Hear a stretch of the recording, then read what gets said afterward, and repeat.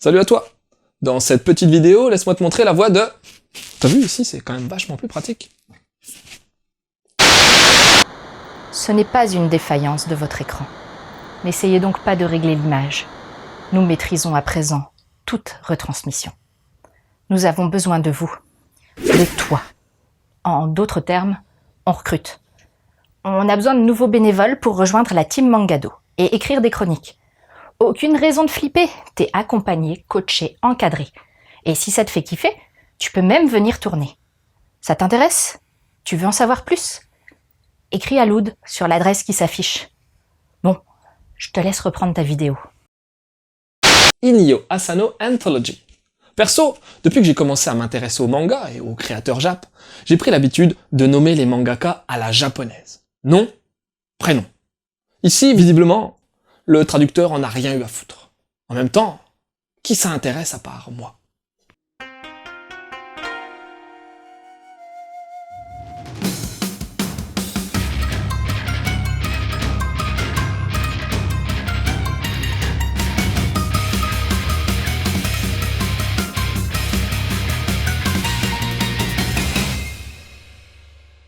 Bon, c'est toujours le souk pour te résumer l'histoire d'un recueil. En fait, tu vas avoir plein d'histoires indépendantes. 13, si ça t'amuse de les compter. Et de quoi ça parle? Ben, de choses variées. Ouais, variées. Tu veux que je te parle des 13? T'es sûr? Ok, mais on fait vite, hein, d'accord? En 1, c'est une lycéenne avec une tête de Strum. Non, c'est pas qu'elle est moche. C'est qu'elle a une tête de Strum. En 2, en 6 et en 11, t'as le début d'une relation de couple entre un mec et une meuf. Ouais, elle y est 3 fois cette histoire, mais avec des points de vue différents. Ah, où j'en suis? Ah oui. En 3, ouais, ben, tu verras une relation assez space entre un oncle et sa nièce. Space, c'est ça. En numéro 4, t'as une espèce de huis clos dans une voiture. Pour la 5, il y a un couple d'étudiants passant le concours de fin d'année sur fond de chat robot bleu venant du futur. Si t'as un vrai, t'auras compris. Bon, la 6, j'en ai déjà parlé, alors on passe à la 7, avec un frère qui vit mal le fait que sa sœur se soit mariée. En 8, t'as THE solution pour faire face au vieillissement de la population. En numéro 9, une amourette entre un couple de lycéens. Ah, le gars est désormais un seiyuu à la mode. Un seiyuu, c'est un doubleur d'animé. Et ne me remercie pas pour cet enrichissement culturel. La 10 te racontera l'histoire d'un type qui sombre dans la déchéance après l'accident mortel qu'ont subi ses parents. La 11, c'est fait. La 12, c'est un peu la base de Dead Dead Demon DDD Destruction, avec une guerre vraiment chelou. Et la 13e, c'est une espèce de clin d'œil à Hanazawa Kengo, le mangaka-pote d'Asano. Après ça, si tu veux plus d'infos, ben, moi je peux rien faire de plus.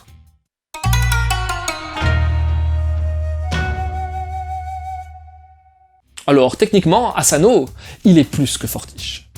Déjà, tu vas avoir droit à une grosse densité dans le trait, renforcée par des décors travaillés sur base de photos. Une énorme minutie dans les détails, poils de barbe, racines de cheveux, objets du quotidien, vêtements, et une très belle gestion de la luminosité. Comme à son habitude, à quelques moments, l'auteur est également capable d'adopter un style moins réaliste, plus caricatural. Tout ça donne non seulement une identité forte, mais aussi un trait d'une grosse, très grosse qualité technique. Et comme en plus Asano a le sens de la composition, qu'il maîtrise à merveille ses angles de vue, ses cadrages et ses valeurs de plan en apportant de la solidité combinée à de la créativité, laisse-moi te dire que ce recueil est une pépite visuelle retraçant parfaitement la maîtrise graphique de l'auteur sur ces 10 dernières années. Pour l'édition, elle claque bien aussi. Ça sort chez nous dans la collection Made in de chez Kana.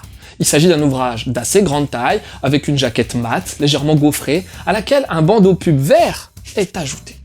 D'ailleurs, c'est un peu dommage, car ce bandeau gâche clairement le visuel global de la jaquette. Une photo d'un sol forestier avec de la verdure. Ouais, on peut pas voir le petit ver de terre qui se balade dans la bouillasse. À moins que ce soit une racine ou même un vieux bout de radis mal formé. J'attends tes propositions en commentaire.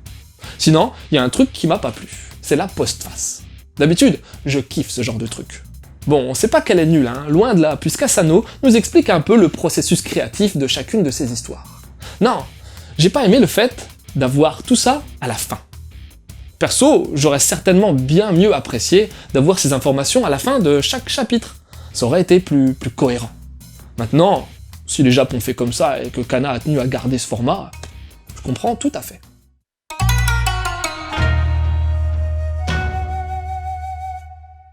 Asano Inio est l'étoile montante du manga et ce depuis pas mal d'années. Invité au FIBD d'Angoulême en 2020, il était donc fort logique qu'un focus soit réalisé sur sa personne, mais aussi et surtout sur son œuvre. Réédition bien entendu, mais également recueil avec cette anthologie. Asano a un profil atypique puisqu'il réussit la difficile alchimie entre succès commercial, attention, c'est pas non plus les ventes à la Kingdom, et réussite critique. Cela, il le doit à plusieurs spécificités. Déjà à la base, c'est pas un fanat de manga.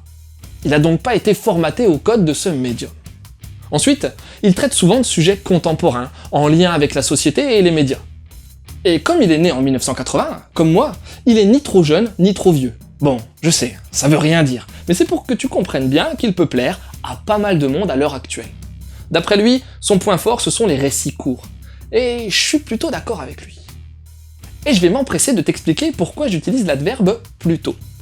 Car même si j'ai trouvé certaines histoires carrément prenantes, certaines m'ont absolument pas touché. Oui, histoire courte, c'est cool, mais histoire trop courte, ça laisse un goût d'inachevé. Un des points forts d'Asano, ce sont ses dialogues, qui te permettent de bien ressentir les interactions entre les personnages. Mais si tu développes pas assez, forcément, tu peux te dire qu'il manque certaines choses. C'est le cas, pour moi, de pas mal d'histoires de ce recueil. D'autant plus qu'il manque, mais c'est normal, du lien entre tous les récits. Quand on mate les mags de prépublication ou autres supports, physiques ou non d'ailleurs, dans lesquels sont sorties chacune de ces histoires, on se rend compte que c'est hyper varié. T'en as même une sortie dans un fanzine, ouais, celle en lien avec Doraemon. T'auras donc tout un tas de thématiques qui seront soulevées sans véritable ligne directrice, mais avec tout de même des thématiques assez récurrentes, comme la relation de couple, au sens large, c'est-à-dire entre deux personnes. Il y a aussi les problématiques sociétales qui sont mises en avant, comme l'ijime, ou la condition des personnes en fin de vie. À ce propos, l'histoire concernant les petits vieux est de loin ma préférée. Déjà, c'est celle qui est la plus densifiée en termes de nombre de pages. Ensuite, elle est un poil SF, mais c'est de la SF comme je l'aime, à savoir réaliste, limite anticipatrice. Parce que oui, dans cette histoire, la manière dont on traite les papis et les mamies est horrible, mais en y regardant de plus près, on n'est pas si loin de ce qui se passe actuellement, et Dieu seul sait comment on s'occupera des personnes en fin de vie dans un avenir incertain. Une autre histoire sort du lot, c'est L'homme doux, celle en triple exemplaire. Sans deck, Au début, j'ai cru qu'il y avait eu une coquille lors de l'impression. Truc qui m'était arrivé il y a facile 20 ans, sur un volume d'Octonoken de J'ai lu. Seuls les vrais savent. Et même si c'est décontenançant de prime abord, faut bien reconnaître que la multiplication des points de vue apporte clairement en termes de narration et de ressenti de l'histoire. Et ouais, la vérité absolue n'existe pas, elle dépend toujours de l'interprétation ou bien des connaissances du moment. Et puis, c'est fun aussi, car ça permet de prendre conscience que notre interprétation est elle aussi hyper importante dans la lecture. Ou dans la vraie vie aussi. Alors même si ce recueil regorge de qualités techniques et narratives, développant des thématiques riches et profondes pouvant toucher tout le monde, il est tout de même dommage que certaines histoires soient traitées de manière trop rapide. Mais bon, cela n'enlève en rien les qualités de l'auteur qui te sauteront à la gueule après avoir lu ce recueil. Et pour aller avec, je te conseille l'excellent Errance d'Asano Inio. C'est un one-shot un peu autobiographique qui traite de la condition d'un mangaka face à son meilleur ennemi, l'inspiration. EPPDIIYAM. Et pour plus d'infos, il y a Mangado. Ensuite, file voir d'autres recueils d'auteurs phares comme Histoire courte d'Urasawa Naoki qui, lui aussi, va compiler pas mal de récits d'un autre ténor du manga.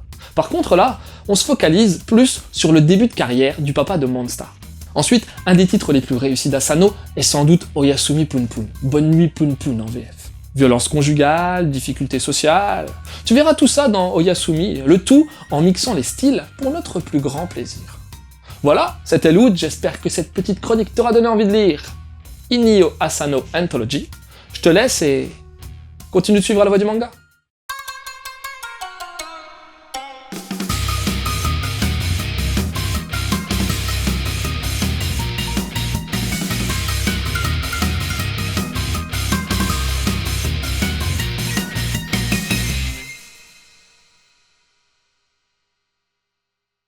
Asano Inio. Inio Asano. Si jamais tu galères pour reconnaître le nom du prénom chez les japonais, Un conseil tout simple, écris le nom en majuscule. Maintenant, à l'oral, ça change pas grand-chose, hein. Voire rien.